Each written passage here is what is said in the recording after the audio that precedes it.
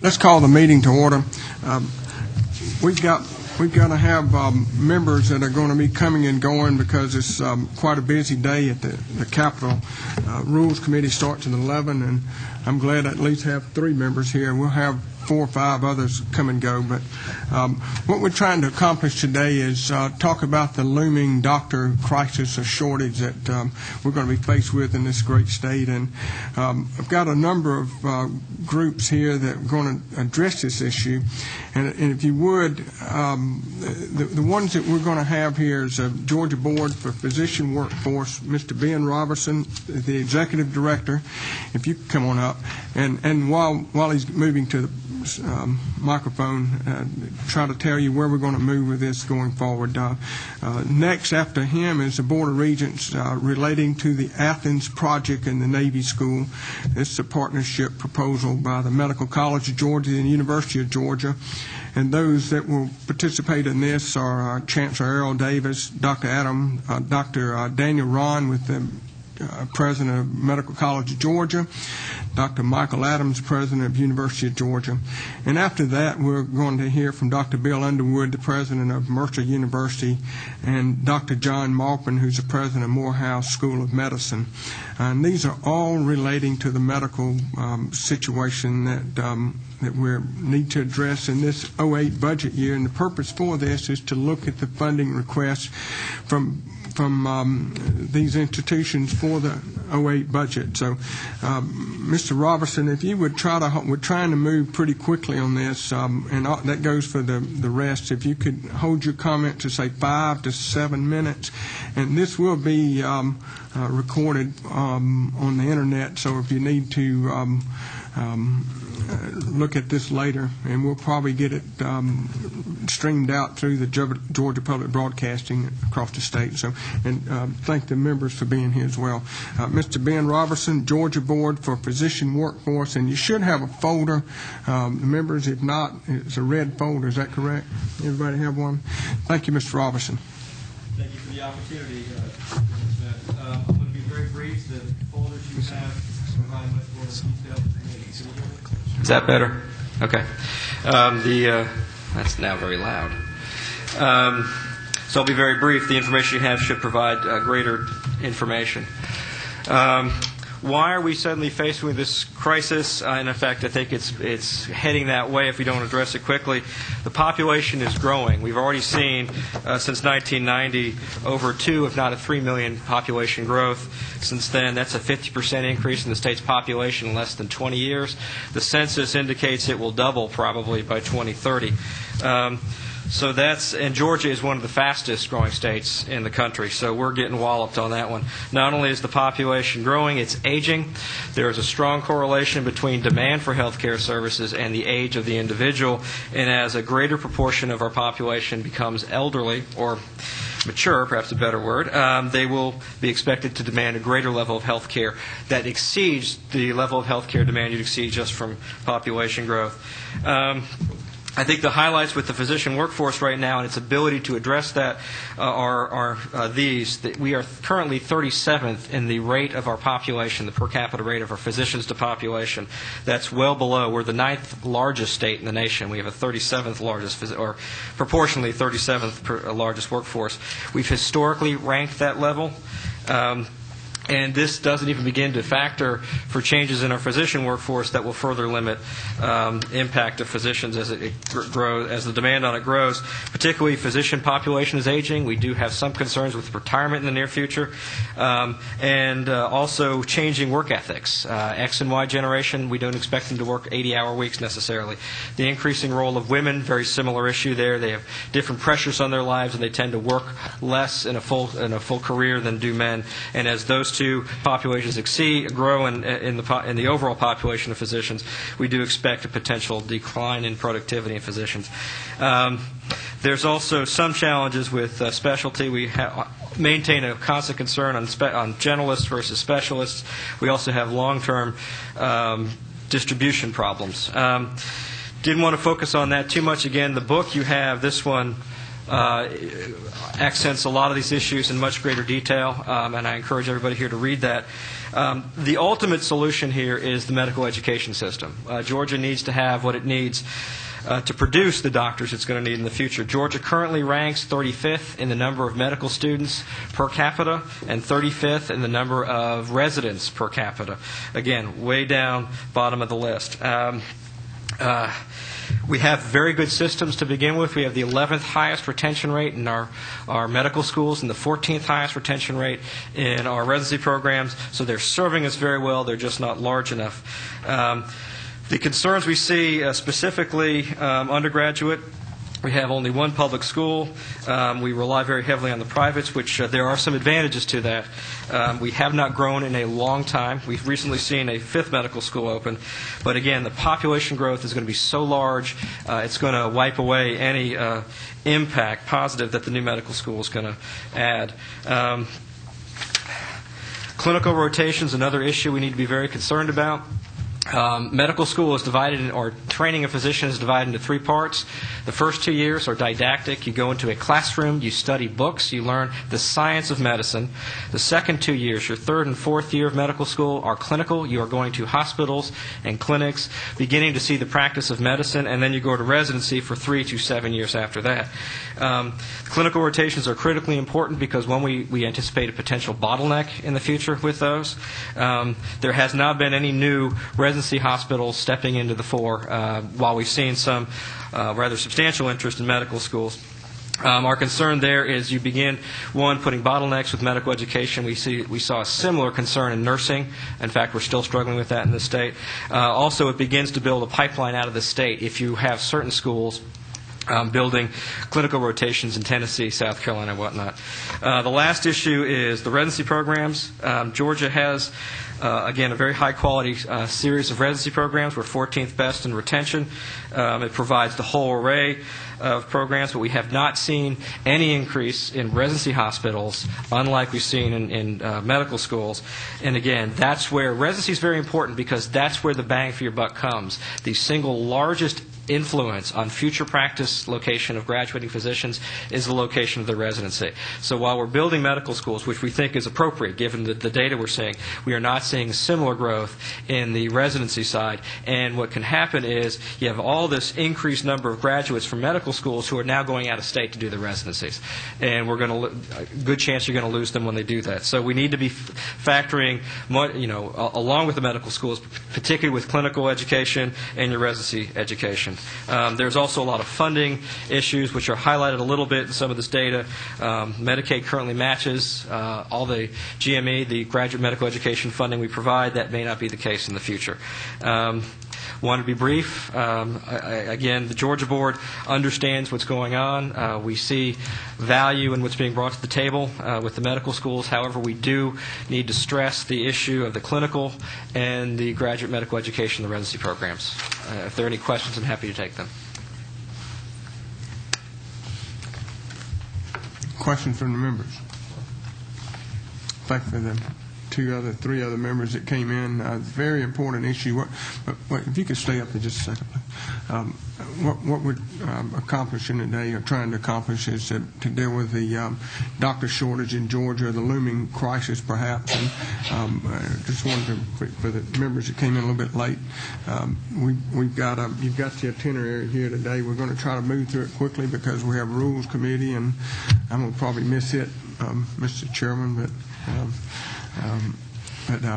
it's a very serious problem, as Mr. Robinson has addressed. And any other questions? Because we'll be calling on you in a little bit. Okay, I'll be here. Any questions? Okay. All right. Next up is however you want to do it. You by yourself, all 3 of you standing there. But if you could try to hold your comments to where we can have questions. Chancellor Errol Davis with the Board of Regents, and he'll be followed by Dr. Ron and Dr. Adams on the Athens Navy School project. Thank you, Mr. Chairman. I should start by saying that I have been trying for a year to get my academic colleagues to make their comments brief, and so I will endeavor to do that this morning as well. Let me start, however, by saying that I am not only pleased to be here, but I am pleased with the continuing interest of this committee in our plans and the plans of others to expand the number of physicians in this state. This goal, of course, is consistent with our overall goal and one that the governor has set for us, and that is to use the resources of the university system to the maximum extent possible for one sole reason, that is to create a more healthy Georgia.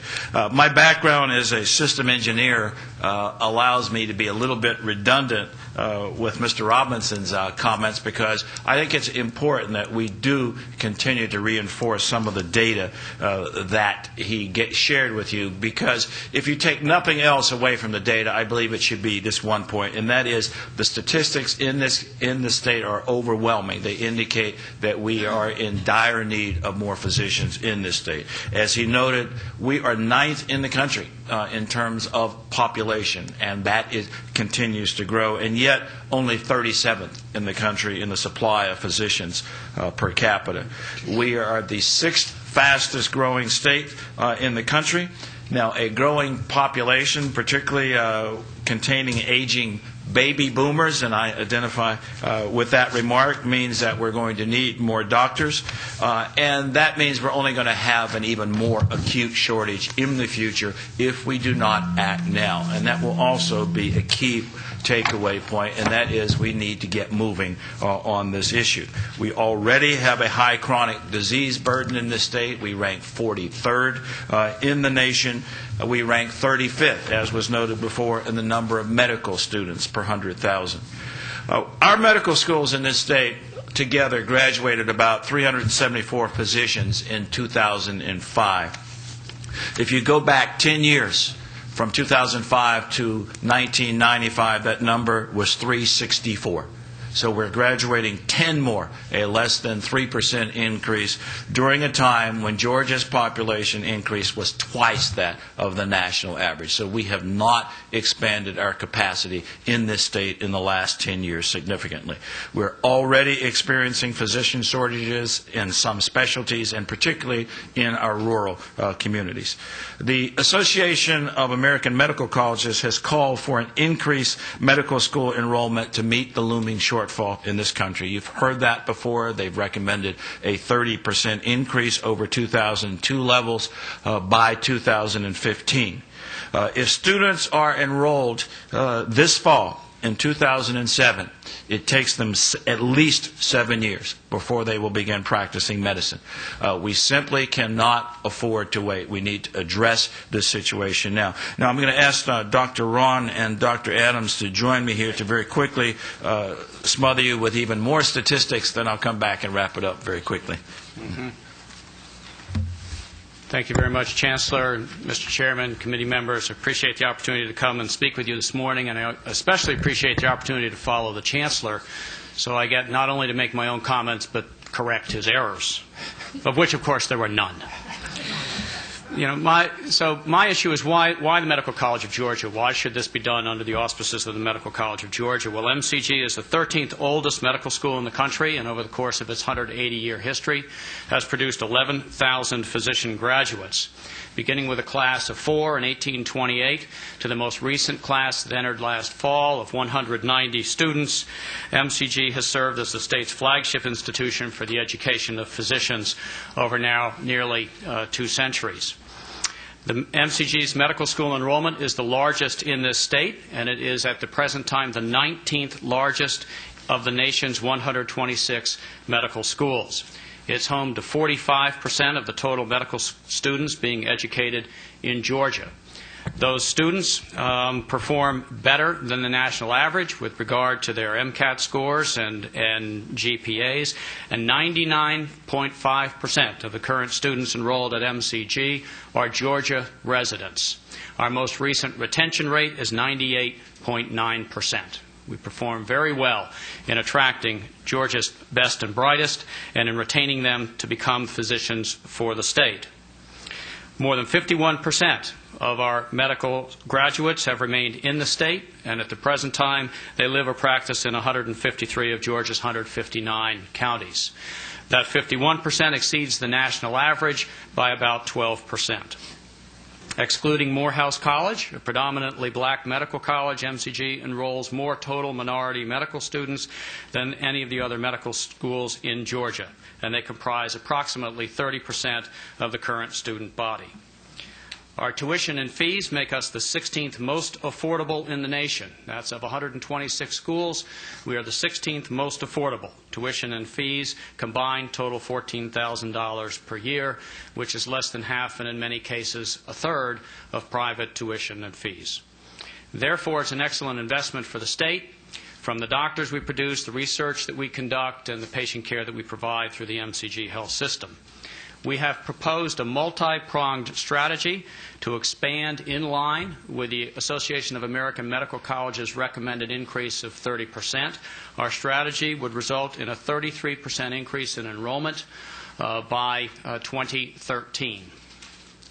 That enrollment would go from 180 students per year, the historical level, to 240. To accomplish that, we want to expand in Augusta from 180 to 200 in the near term. And encouragingly, we have had increased expressions of interest in participating in medical student education from both the hospitals in Augusta and also the practicing medical community. Opportunities that we certainly want to capitalize on as we move forward. In addition, we are implementing clinical campuses in Albany and in Savannah to expand and to address the issue of clinical placements that Mr. Robinson referred to as a key issue. And finally, the creation of a regional campus in collaboration with the University of Georgia to leverage faculty expertise at UGA, facilities expertise, and clinical opportunities in that region.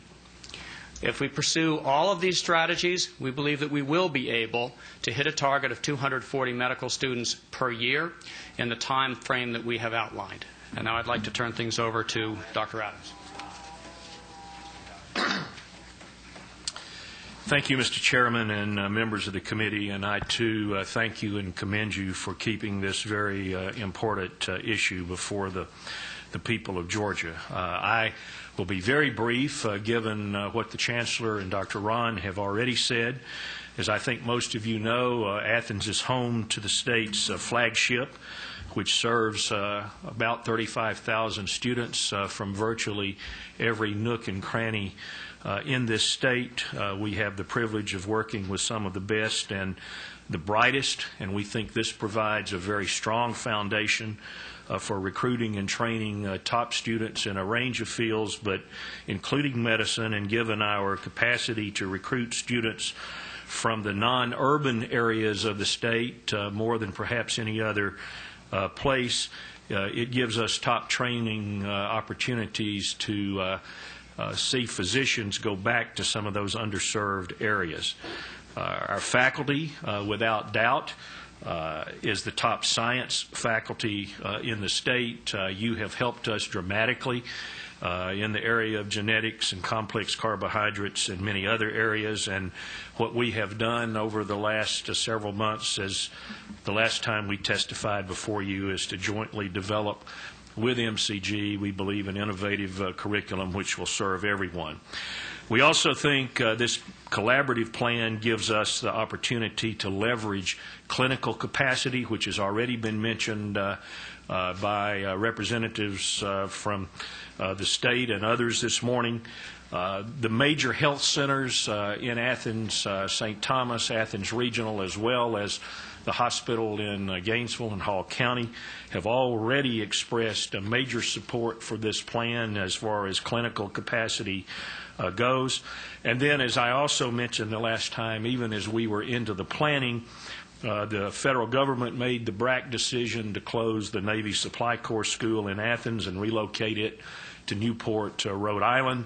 And this location is literally ideal and would put us millions of dollars ahead of the game if we can acquire it. And I would call your attention to the fact that the LRA, the appropriate recommendation authority, just last week recommended unanimously that this site, that they enter negotiations with UGA on this site to provide health sciences education there.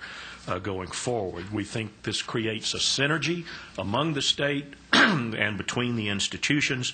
We think we have done what the state, what the chancellor have asked us to do, and that is to get our best people together with the people at MCG and see how, in a most cost-effective way, we could bring together scientific teaching and research capabilities that will ultimately benefit all of our 9.5 million citizens.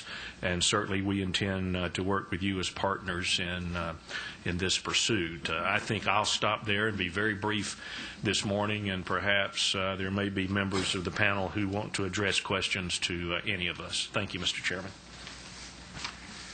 I'm going to wrap up very quickly, Mr. Chairman, with just a few comments about the Athens regional campus that we are planning, because this is a full collaboration of MCG, UGA, and by necessity the Athens medical community.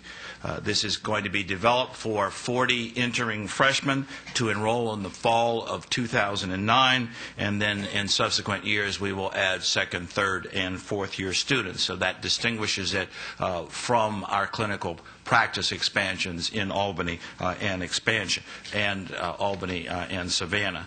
And so we will have, by 2012, all 4 years of medical students there. The campuses in Athens, Albany, and Savannah will be under the accreditation of the Medical College of Georgia School of Medicine, and they will report to the Dean of the School of Medicine at the Medical College of Georgia.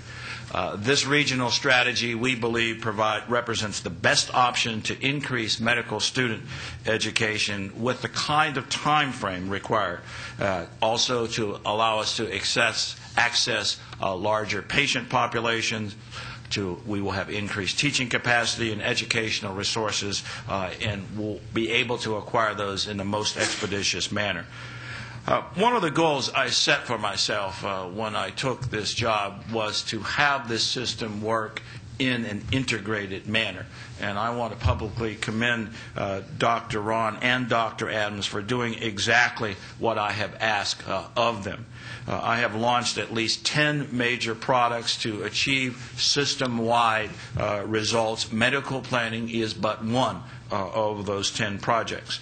And Dr. Ron and Dr. Adams have come forth with a plan that allows us to efficiently capitalize on the strengths of their respective institutions, and one that leverages available opportunities such as the medical school property. And this is exactly the kind of collaborative planning we should foster at the University System of Georgia in our service to this state. We are contemplating a very complex venture.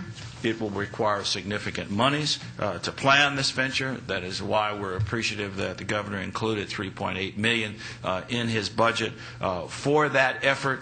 But again, if we are going to achieve our objectives, we will have a series of complex partnerships, not only in the Athens community, but in the Augusta community as well. Because as Dr. Ron indicated in his remarks, and I do want to indicate again, we are planning a significant expansion in Augusta as well as in Athens. And so let me close by saying, as I did when I started, that we need to get started. Not next year, not the year after. We need to get started now. So again, Mr. Chairman, thank you for this opportunity, and I and my team will be more than willing to entertain any questions that you might have. Any questions to the three for Representative Chairman Hembree? Thank you for being here too, Mr. Chairman. It's a very important issue. Yes, I agree. Thank you very much. Chancellor, this really is a question for all three of you. You indicated that the freshman class would be 40, that you're in 2009. And I think Dr. Ron said that eventually they would have maybe 240 students in the programs. That seems such a small number if we're trying to accomplish what we're trying to accomplish here. So I guess my question for you, over the next 10 years, how many students do you plan on producing through this school in Athens? And will it be significant enough for us really? It seems like we're every doctor we can add is a great progress. But in the big picture, are we really accomplishing a great deal? We believe we are accomplishing a significant deal. The sanctioning bodies of medical education have suggested that we need to expand by 30%, and in concert with the expansions of the other schools in this state, we will start to approach that number. But again, this is very expensive education. Let me say that right off the bat, even as we start to make comparative statistics about our costs and other costs, it still remains one of our more expensive forms of education. It also takes experts to convey the necessary education, which is one reason why we want to set up a campus in Athens, because we have, as Dr. Annas mentioned, an extremely capable science faculty there. And through our negotiations with the medical community there, we may in fact be able to minimize our costs for additional instructors as well. And so, again, this is not an inconsequential increase by any stretch of the imagination. It will give us, when you compare with the graduating classes of today at our schools, it's 180. So we'll be going from 180 to 240 in about 5 years' time. And so that is a significant increase. It will be a significant number. It will be a significant increase in this state when coupled with increased output from other medical schools as well. One other quick question, or two other quick questions. So the facility in Athens, will it accommodate the 40 students that you're planning on bringing in 2009? The facility in Athens will accommodate them.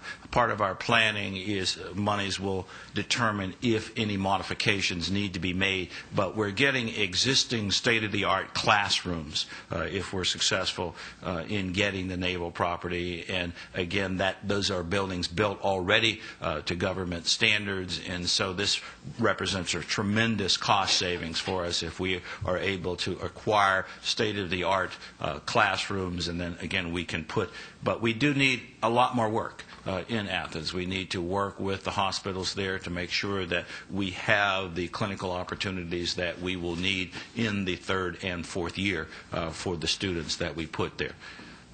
Now, so if we're going to house and accommodate those 40 students in Athens, how many potentially over time do you see actually learning there in Athens? What is going to be the capacity of the naval facility in Athens? Again, Dr. Ron threatened to correct me on all errors, and so I will say 4 times 40 or 160, and if that is incorrect, please. That's the number that I came up with too, but again, I think you're pursuing a line of questions that really gets at what's the end point, right. And with what Ben said, with a projected population doubling by 2030. The last time MCG expanded was about 30 years ago. I really don't think this should be just a flat level, projected to be a flat level for the next 30 years. Our goal is to implement what we're proposing here, to expand what we're doing in Augusta, to develop the regional strategy, and then see where we are and continuously assess what the need is. One final question. The specialty areas. What are the specific specialty areas that you're going to be training the students in Athens? Well, these are medical students, and medical students graduate without specialization. Following graduation from medical school, they then have to pursue a residency, which leads to being eligible for licensure, and the residency is when they do their specialization. It certainly will be our goal to emphasize primary care disciplines as well as the areas of greatest need in the specialty areas. We hope that with the statewide student body that the University of Georgia has, and if we pursue pipeline programs, that we will be able to increase the production of physicians for the areas of greatest need. The reason I ask that question is because I believe it's true that we lose a lot of the students from the Medical College of Georgia. They go beyond the state of Georgia. They go outside. They leave us. Yes. So we train them here.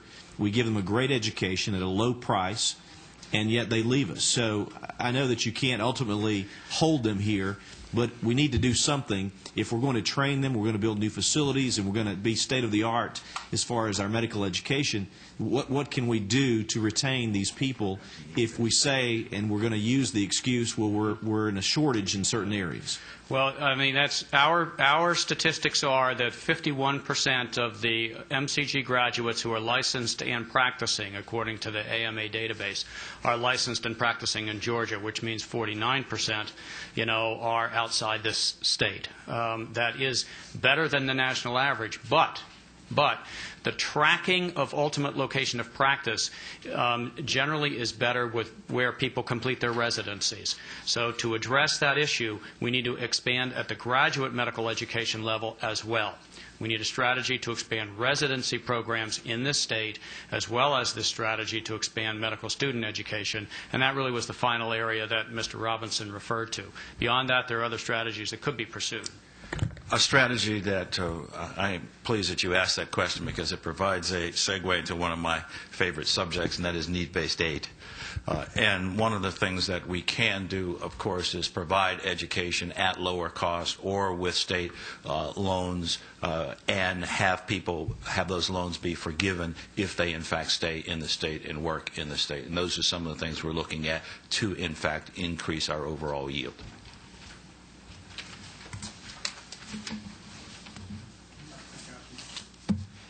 Yes, I've got a few questions myself, and we may jump ahead to, and if y'all would bear with us and hang around. We Yes, sir. want to let the hospitals in the Athens area talk about their concern, and but one question that I had, and it's through the hours of conversation I've had over the last few days preparing for this subject, is that primary care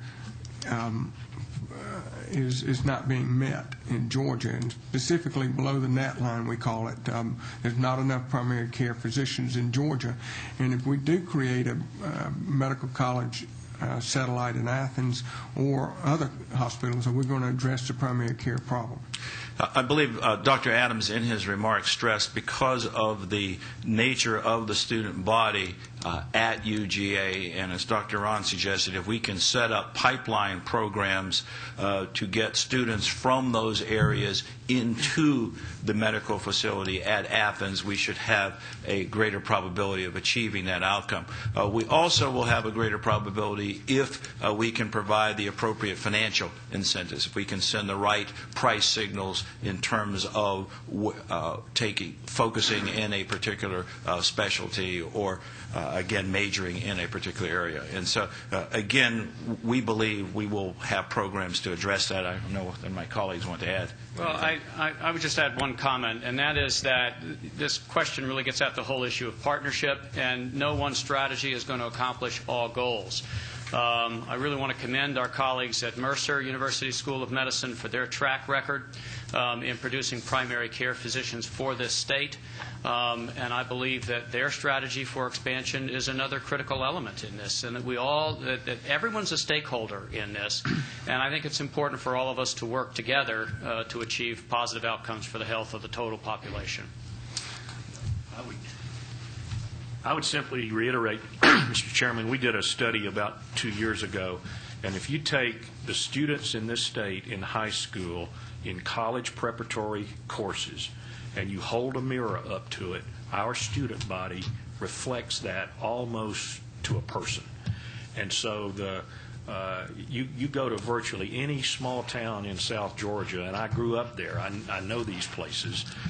Many of their leading citizens are people who came to the University of Georgia for education. And we think, given our science strength and all, that this program, in addition to being collaborative, is a great service to the state, because we think those are the people who would be most prone to return to those areas where they grew up, like Sylvester and Dawson and Camilla and all the places around Albany that I remember as a kid.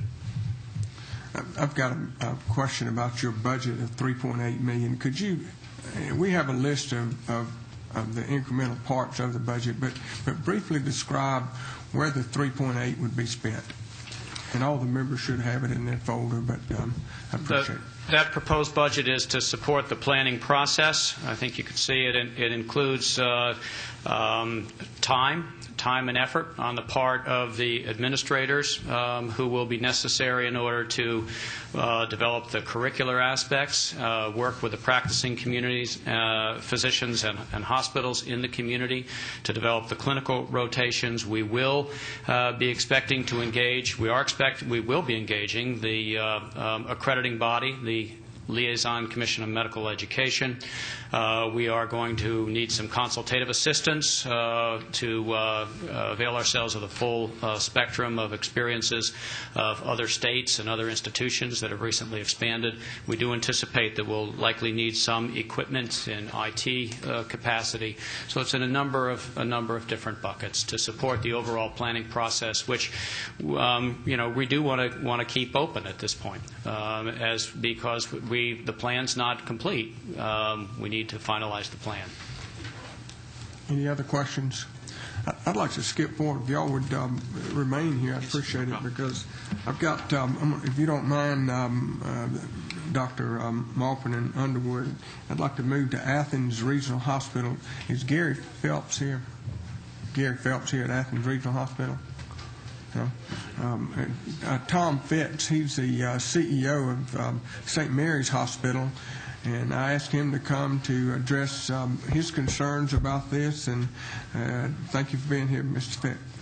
Well, I think indicative of the enthusiastic level of support we have for this collaborative effort between Medical College of Georgia and University of Georgia to create a medical school campus in Athens. The chairman called me in the middle of a trout stream and asked me to come down here, and I quickly acceded to his wishes, and so I'm here to be supportive of this effort. We not only do the hospitals strongly support this initiative, but there's strong support on the part of the physicians in the greater Athens community and really throughout Northeast Georgia. For a moment, let me ask you to use, I guess, really an analogy you often hear these days, and think of me, if you will, as a commander on the ground right now. We are already recruiting actively in Athens. We serve about a 13-county service area throughout Northeast Georgia. And we're encountering a great degree of difficulty in recruiting physicians in a number of specialties, such as gastroenterology, vascular surgery, internal medicine, neurosurgery, and others. Each of these physicians have numerous opportunities to go practice really throughout the country and throughout other, primarily throughout other parts of the country. We at St. Mary's are very interested in providing clinical sites for the physicians that come through the proposed program in Athens, and we've had several meetings with Dr. Ron and Dr. Adams to really discuss how this would be effectuated. We need these physicians. We need them now. I would say we probably needed them several years ago. But I certainly appreciate what this committee is dealing with and what the legislator is dealing with relative to appropriating money. I would just ask you that we need to do it sooner rather than later.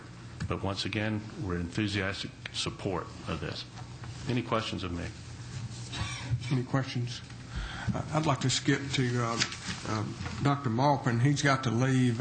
Dr. Maupin is president of Morehouse College here in Atlanta, School of Medicine, and it's a fascinating subject. Clearly have a doctor shortage and problem looming. Thank you for being here, Doctor. Thank you, Mr. Chairman. And just in the interest of time, I will try to even cut my remarks even shorter. I appreciate the opportunity to speak on this important subject today. I just remind everybody that the Morehouse School of Medicine is quite a unique institution. It has a primary focus on improving the health of Georgians by educating and training individuals in primary care fields of medicine. And in fact, 73% of our graduates select primary care specialties of medicine. But our unique mission creates also some challenges. We are focused in primary care, but we also have our residency programs are all centered around the generalist the generalist training areas and the generalist specialties of medicine. We also seek students who come from disadvantaged backgrounds and who we believe will return to those same communities to be public health practitioners, to be primary care providers, to work in public health clinics, to work in federally qualified community health centers in various parts of the state, both urban and rural. Now, speaking directly to the physician workforce issue, Morehouse School of Medicine has played a significant role in diversifying the workforce as well. But in 1978, this state had represented 27% of Georgians were African American, but fewer than 3% of the state's physicians were black.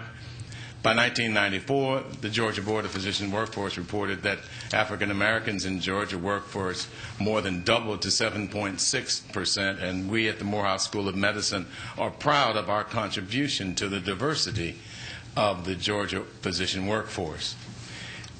In June of 2006, we also understood clearly that there needed to be an increase in the number of students, and in fact, Morehouse has moved forward on that. In 1997, we began expanding our class size.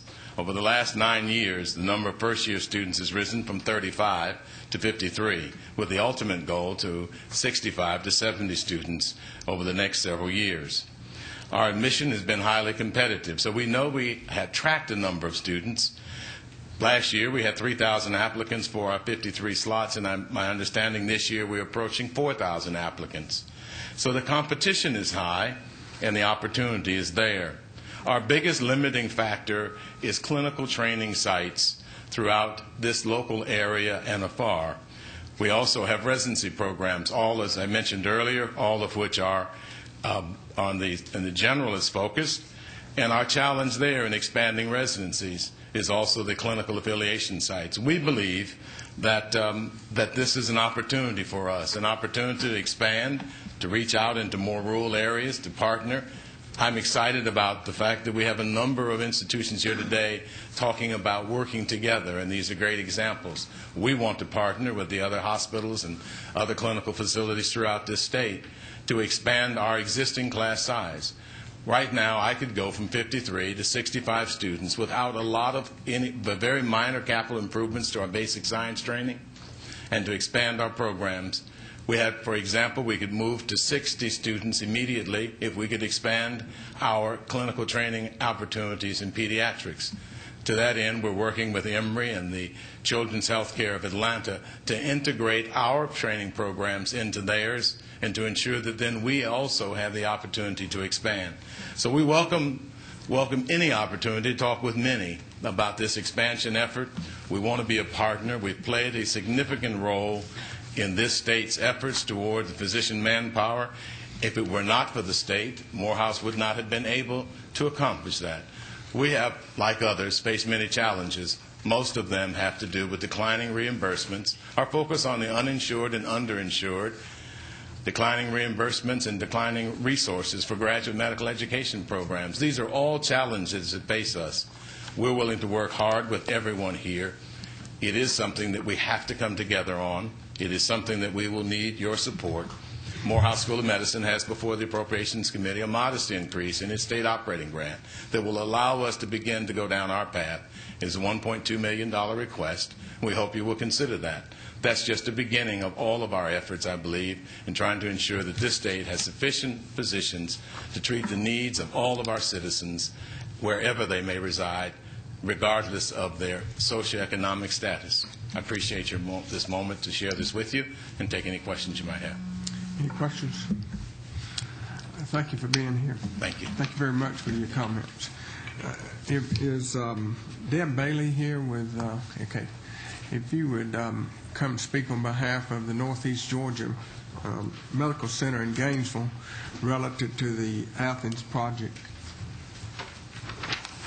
Good morning, Mr. Chairman, members of the committee. My name is Deborah Bailey, and I represent the Northeast Georgia Medical Center and Healthcare System in Gainesville, Georgia. I am a master's prepared nurse and a graduate of the Medical College of Georgia on the Athens campus a number of years ago.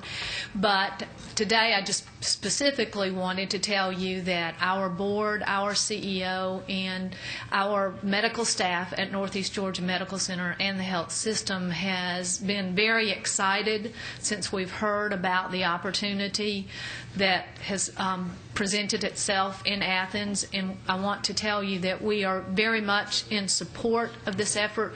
We would like the opportunity to participate in any manner that we possibly can, whether it's clinical sites or any other opportunity. I think if you look at the geography and you see where we are sitting next to the Athens campus, you'll find that a clinical rotation about 40 minutes from Athens is probably about as easy as getting across Atlanta on most days. So we are there, and we open our doors and all of our efforts that we can possibly support in any effort that we can. So I'd be happy to answer any questions that you might have. Questions? Pro-con. Pro Northeast Georgia working with the medical college partnership, and the cons, if you could. We are a growing community. We are adding 110 beds to our hospital right now, which will give us over 500 beds in that area. Plus, we are looking at opening a third hospital in the South Hall area because of the growth in our area. And we already are looking at the fact that we are so far behind in the physician manpower in the entire Northeast Georgia area.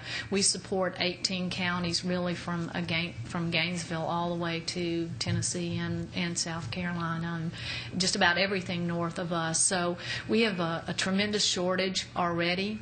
So we feel like that even though that's a number of years out before we would see a graduate, I can't think of any disadvantages, to be quite honest with you.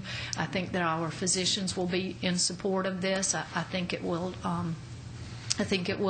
bring a new level of excitement that we have not had before. We have students in every other area in clinical rotations at the medical center, so we would love to have the opportunity of residents or interns in our area. I can't think of a disadvantage. There might be one, and I'm missing it, but we haven't been able to think. Are any of the doctors in Gainesville aware of this? And if they are they willing to be teachers at this satellite school in Athens?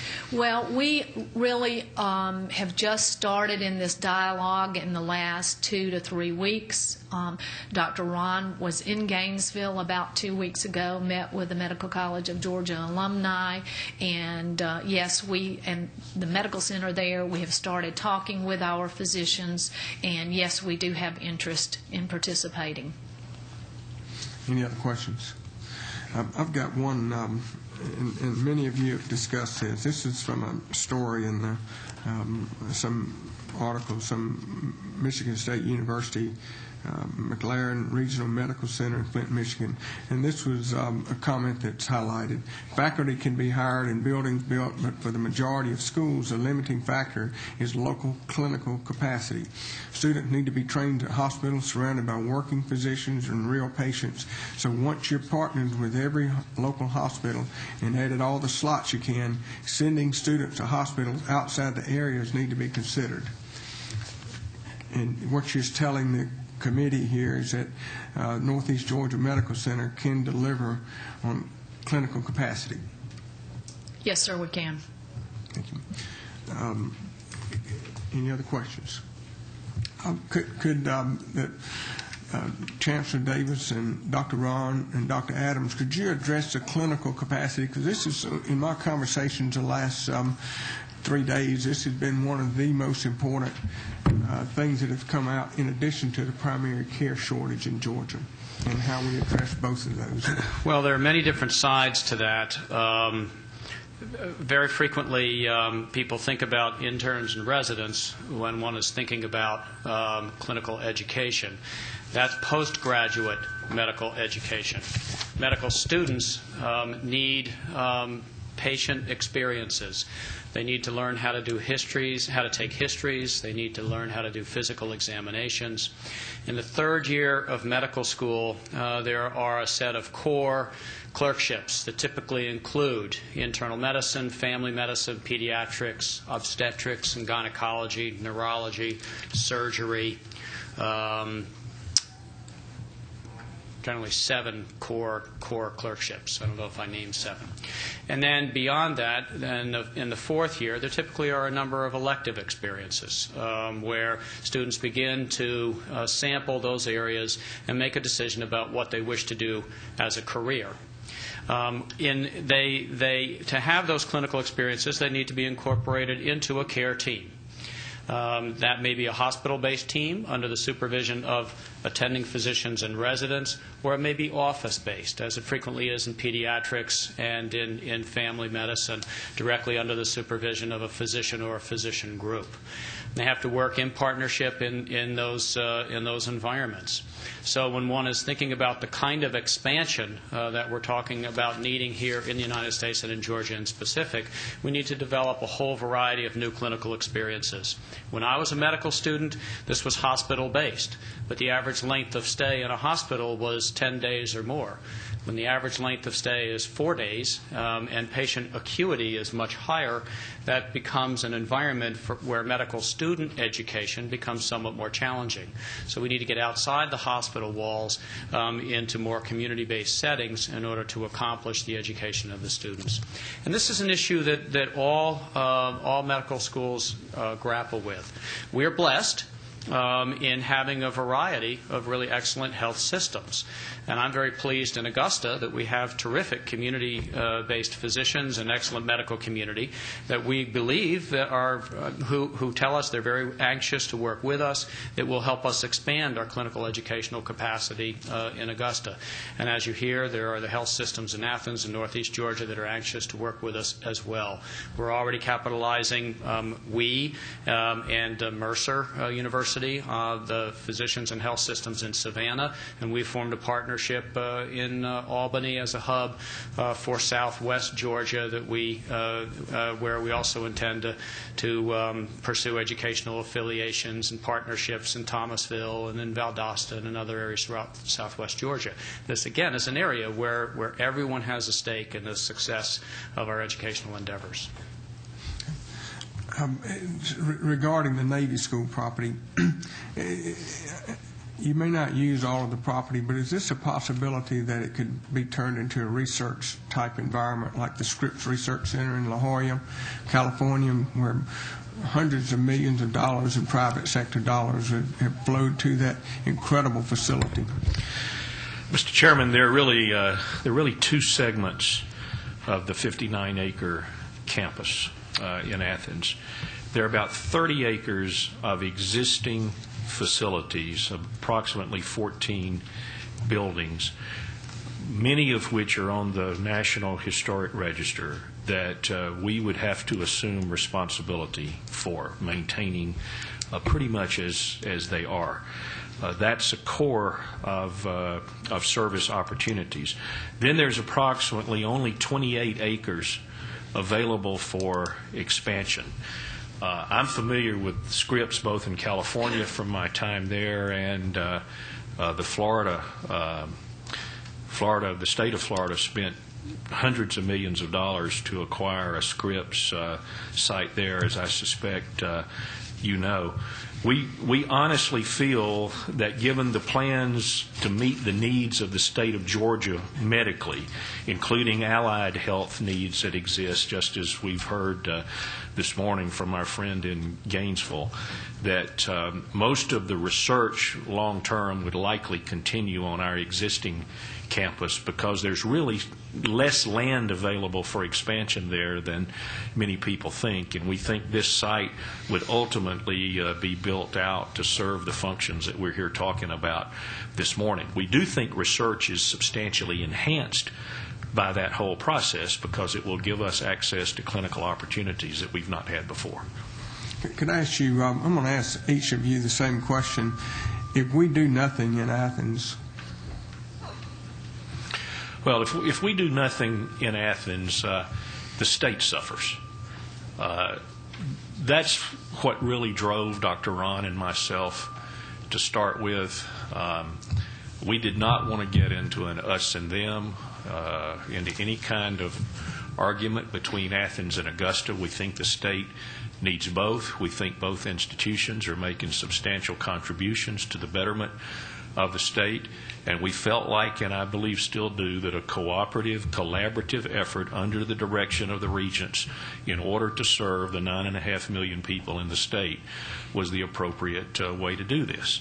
And if this doesn't happen, we probably, by summer, lose access to a site that could put us substantially ahead, and we put the state further behind the 8 ball as far as our being able to meet the medical needs of the people of the state going forward.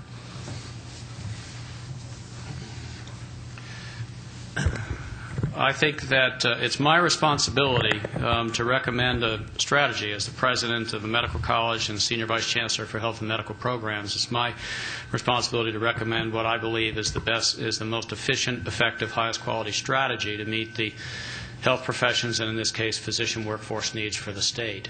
There has been considerable debate, as I'm sure you're aware, about whether this can all be done in Augusta.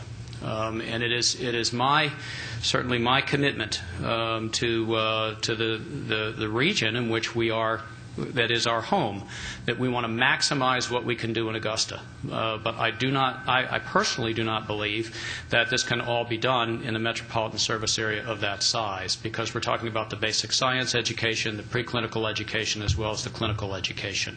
And I believe that we really need to pursue both strategies, both expansion in Augusta and then the regional strategy, in order to reach the targets in the timeline that we have projected.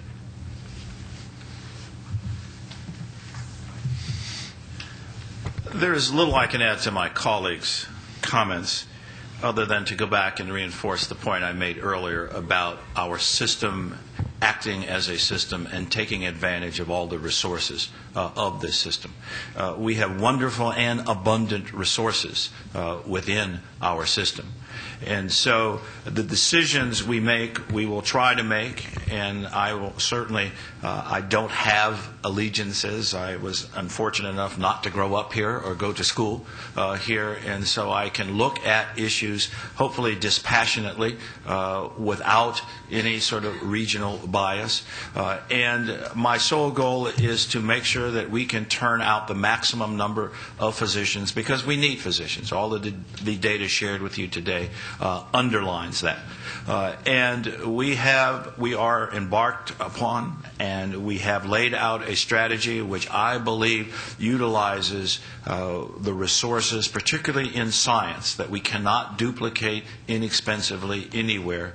It allows us to expand in Augusta by going from 180 to 200, an over 10% increase there, and then it allows us to expand in Athens from 200 to 240, initially utilizing the resources of the Naval School and the facilities there, along with the additional and enhanced clinical opportunities, as well as utilizing the research faculty there. And so from my perspective, this represents good joint planning. Only time will tell whether it's ideal, but I also believe it would be a travesty if we did not take advantage of all the resources available to us at this point in time, given the medical situation in this state at this moment. Representative Hembry. Representative Hembry. Thank you, Chancellor. Again, I don't mean to just dwell on this issue, but it really concerns me. And I would think that a lot of the members of the General Assembly are concerned about this issue too, related to the Medical College of Georgia. If we're losing 49% of the students to other states, is that not a problem that we need? And I know you've said that we're trying to address this, but if we could first address this problem, because it doesn't seem like we have the students, they're going through their educational process. The problem is once they leave the institutions of higher learning and pursue a residency.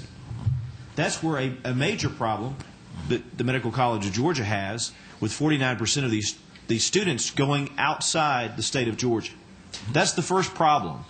That rather, it may be 49% leaving, and is that significant? If we could reduce that number in the short term, would we not be better equipped to deal with the medical problem in general in the state? So that's a big problem that I just have not heard yet this morning, something to satisfy me on what we're doing to address that. Well, certainly, again, as was indicated earlier, they take residencies in their specialties, and those residencies will take them out of state.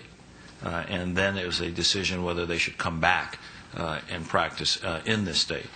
We also have residencies within the state.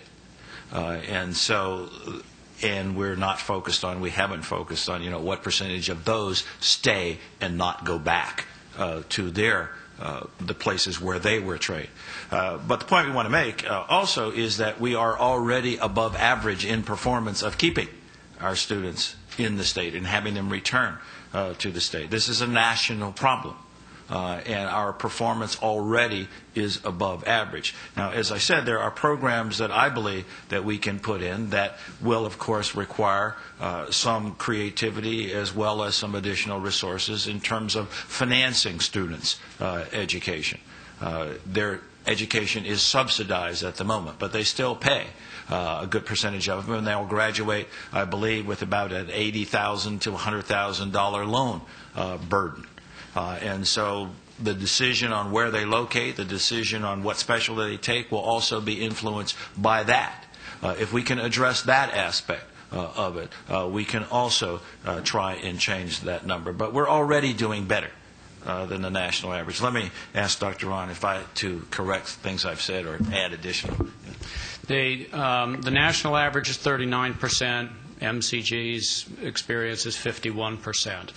That still means that there's lots of upside opportunity. I certainly would have to agree with you that there are many things that they're different, but I don't think that there's any single strategy that can be pursued to address this. We need more residency positions.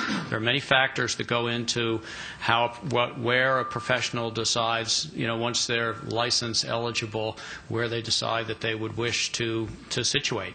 And this, again, requires broad partnerships within the state, the practicing medical communities, hospitals and health systems. There are a whole variety of different strategies that I think we should pursue, but I don't think it's an either or. I really think we need to do multiple things at once.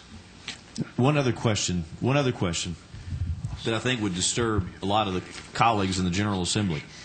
The tuition for the Medical College of Georgia is $12,350 for the freshman academic year 2006-2007. So $12,000 an investment that they're making for their future. Emory University, the same group of freshmen, $37,800. So I guess if I were a member of the General Assembly and wanting to support programs that we keep students in Georgia, I would be a little taken back if I saw where 49% of these students who got became a doctor at a rate of $12,350 a year for their tuition. I would be a little bit concerned, that they didn't have enough commitment to look at what Georgia had done to keep their tuition down and to see the needs that we have. So those levels just disturb me. But there's just such a difference there between the other private schools and the Medical College of Georgia.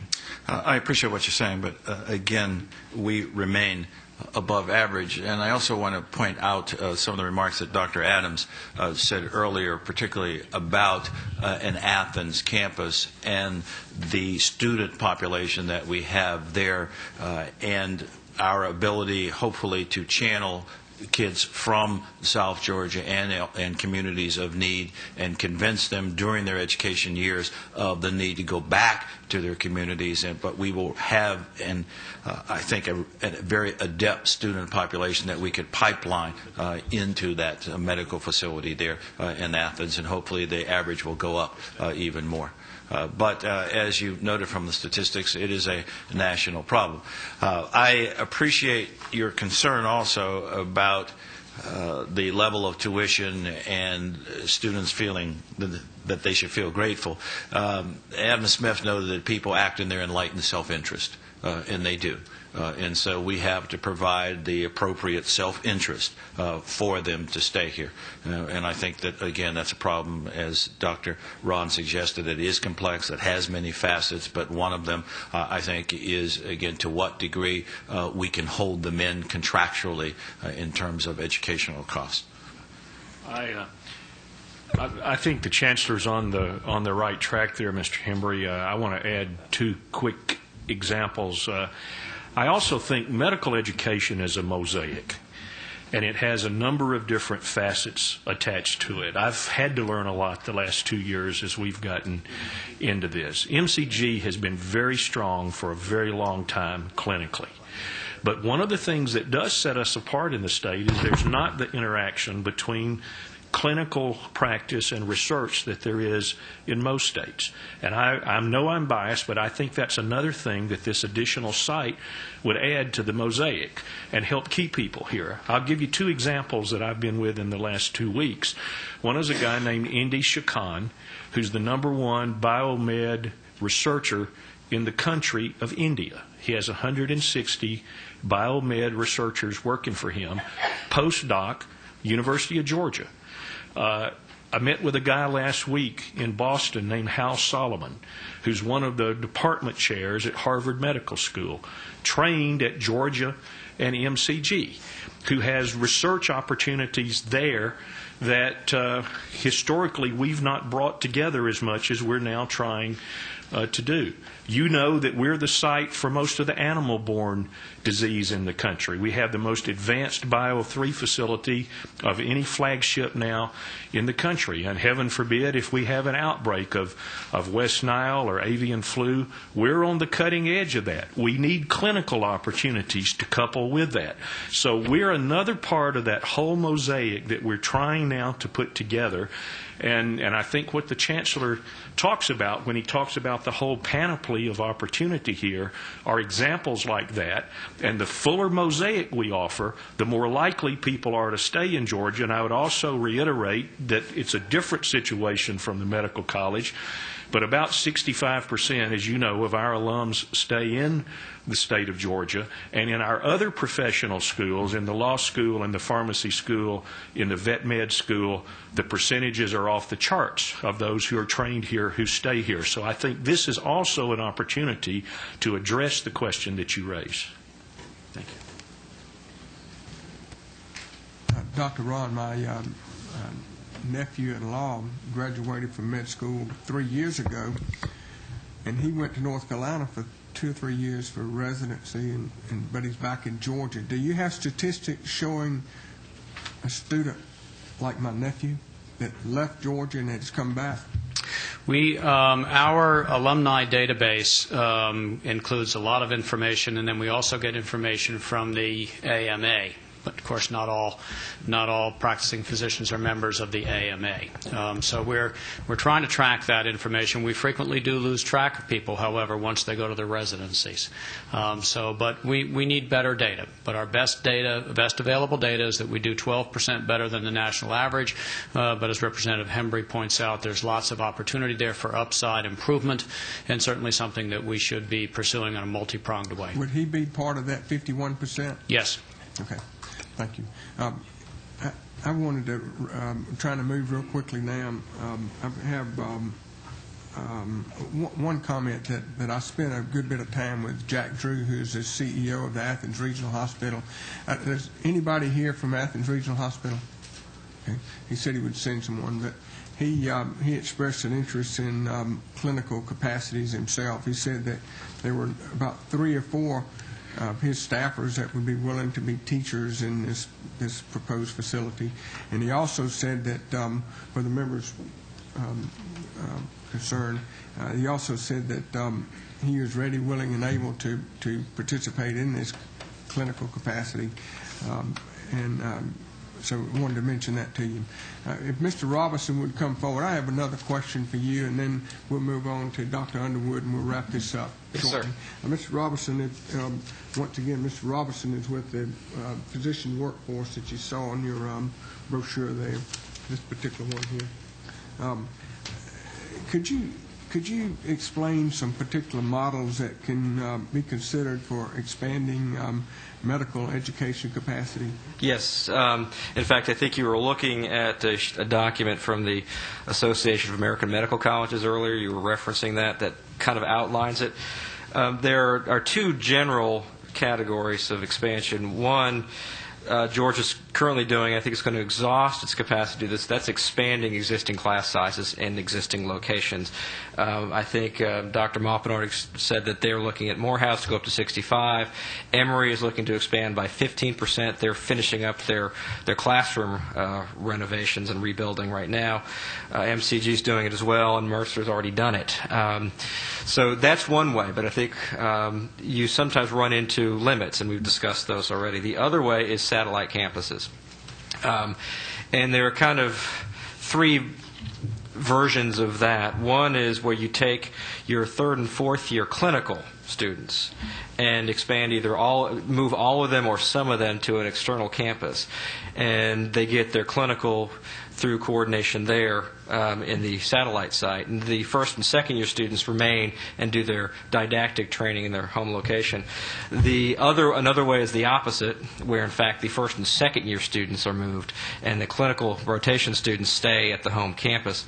And again, either all or some of the first and second year move. And of course the final version is all, you just take a satellite campus, keep the administration somehow linked between the satellite and the home campus, but you basically build an entire new medical school. The advantages of kind of satellite campuses, they are, I believe, cheaper. I think they speak about that in the article. You can target your resources because you don't need to move. You don't need to build a whole new campus. You don't need to build all new teaching facilities and recruit brand new faculty for all the science components.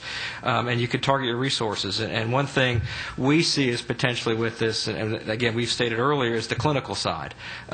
Really targeting that, getting the local hospitals in whatever area the expansion is happening in to make sure that the third and fourth year are there and that the residency capacity is there, so that I think Representative Hembree's questions, part of what you're talking about is making sure with retention that the pipeline is adequate, that we're not putting this flood of medical students who are, maybe they all want to go to a residency in Georgia, but they're not going to be able to. As you expand your graduation sizes, the competition is going to get too constrained, and so they're going to have to go outside the state. So I think that's something we need to factor for. And again, these regional campuses have some advantages in how they can target resources efficiently. Any other questions from the members? Thank you, Mr. Robertson. If last request is from Mercer University, Dr. Bill Underwood, the president of that great institution. We're glad you're here with us. Thank you, Mr. Chairman and members of the committee. It's a privilege for me to be here with you again this morning. 25 years ago, Mercer entered into a public-private partnership with the state of Georgia. We promised at that time, 25 years ago, that we would educate physicians to meet the health care needs of folks in rural and underserved areas in Georgia. And over the last 25 years, we've kept that promise. Nearly two-thirds of our graduates have remained in Georgia to practice medicine, and of those two-thirds who have remained here in Georgia, 83% are practicing in rural and underserved areas in Georgia. And I think that kind of a record over time does not occur by accident. I think it is a reflection of a very focused admissions policy. Over the last 25 years, we have never once accepted even a single student who wasn't a legal resident of Georgia, because we understand that young people who grew up here in Georgia are more likely to remain here in Georgia when they complete their training. And at the same time, we take into account where a young man or woman has grown up in Georgia, because we also recognize that a young man or woman who has grown up in rural Georgia is more likely to return to rural Georgia to practice medicine upon completion of his training. So I believe our partnership has been very successful in achieving what we set out to do 25 years ago, and we're grateful to the state for that partnership. Over the last several years, we've been looking for ways that we could expand our enrollment to meet the needs that you've heard described at length here today. We've looked at a number of different possibilities and options, and over time, we've developed a proposal that we think can make a major contribution, can do it in a very prompt fashion, and can do it in a very cost-effective fashion. We currently have 240 students at Mercer School of Medicine. 120 of those students, those in the first and second year, the basic sciences years, study on our campus in Macon. And then for the third and fourth years, the clinical rotations, they divide. Some stay in Macon and do their clinical rotations at the Medical Center of Central Georgia. Others go to Savannah and do their clinical rotations at Memorial.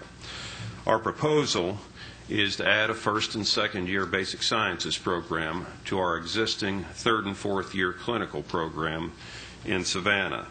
This would require expanding our existing clinical program in Savannah, and fortunately the folks at Memorial have been willing to expand the clinical rotations available, which, as several folks have said, is a critical issue to expanding the capacity of our medical school system.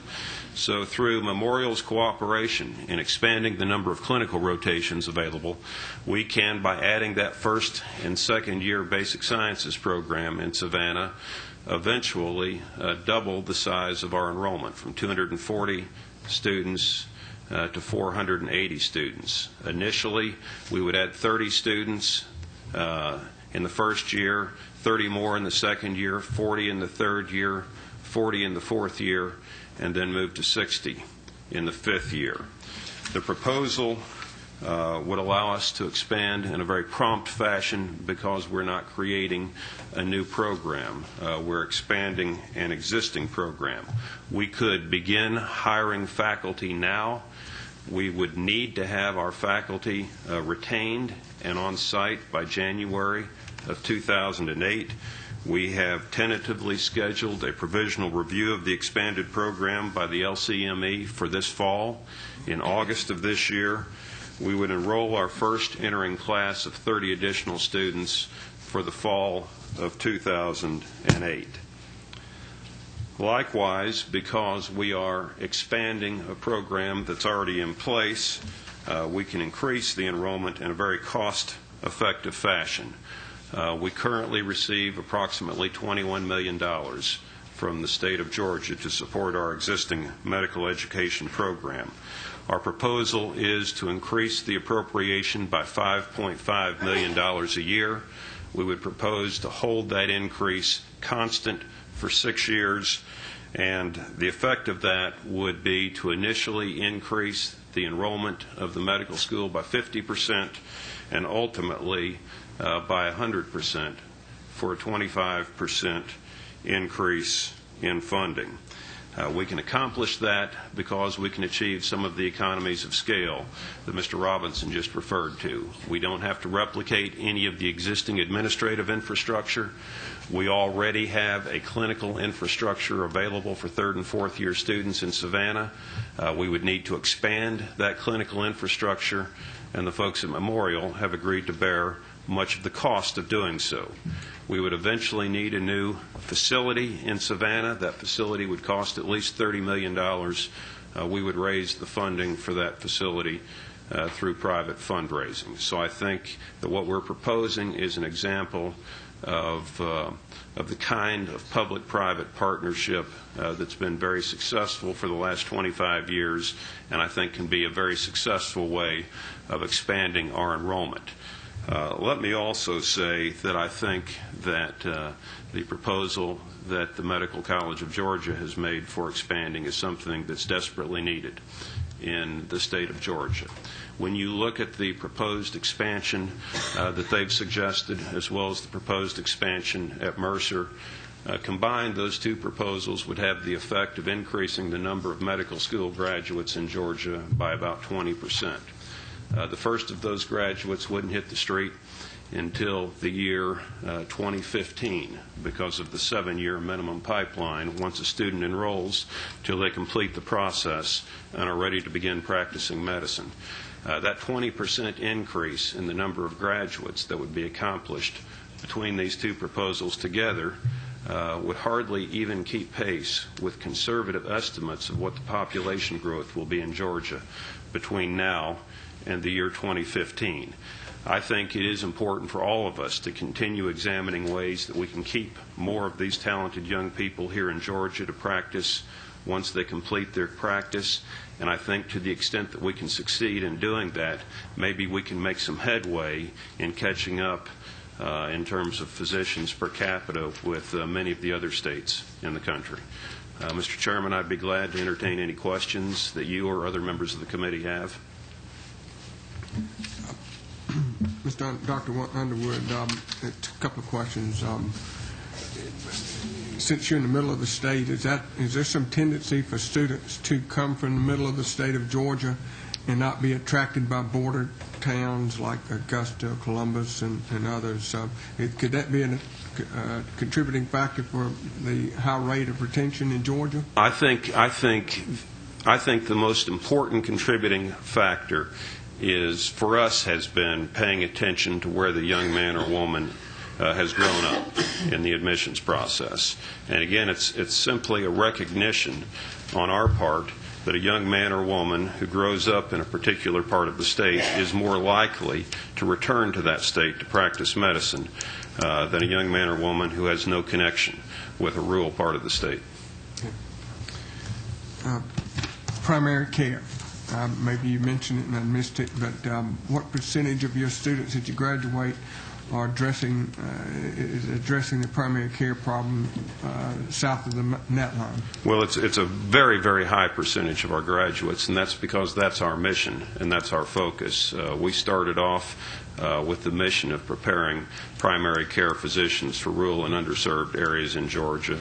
And, over 80% of our graduates remain here in Georgia, are practicing in those areas and fulfilling that mission. Thank you. No questions. Thank you very much. Any comments from the Chancellor?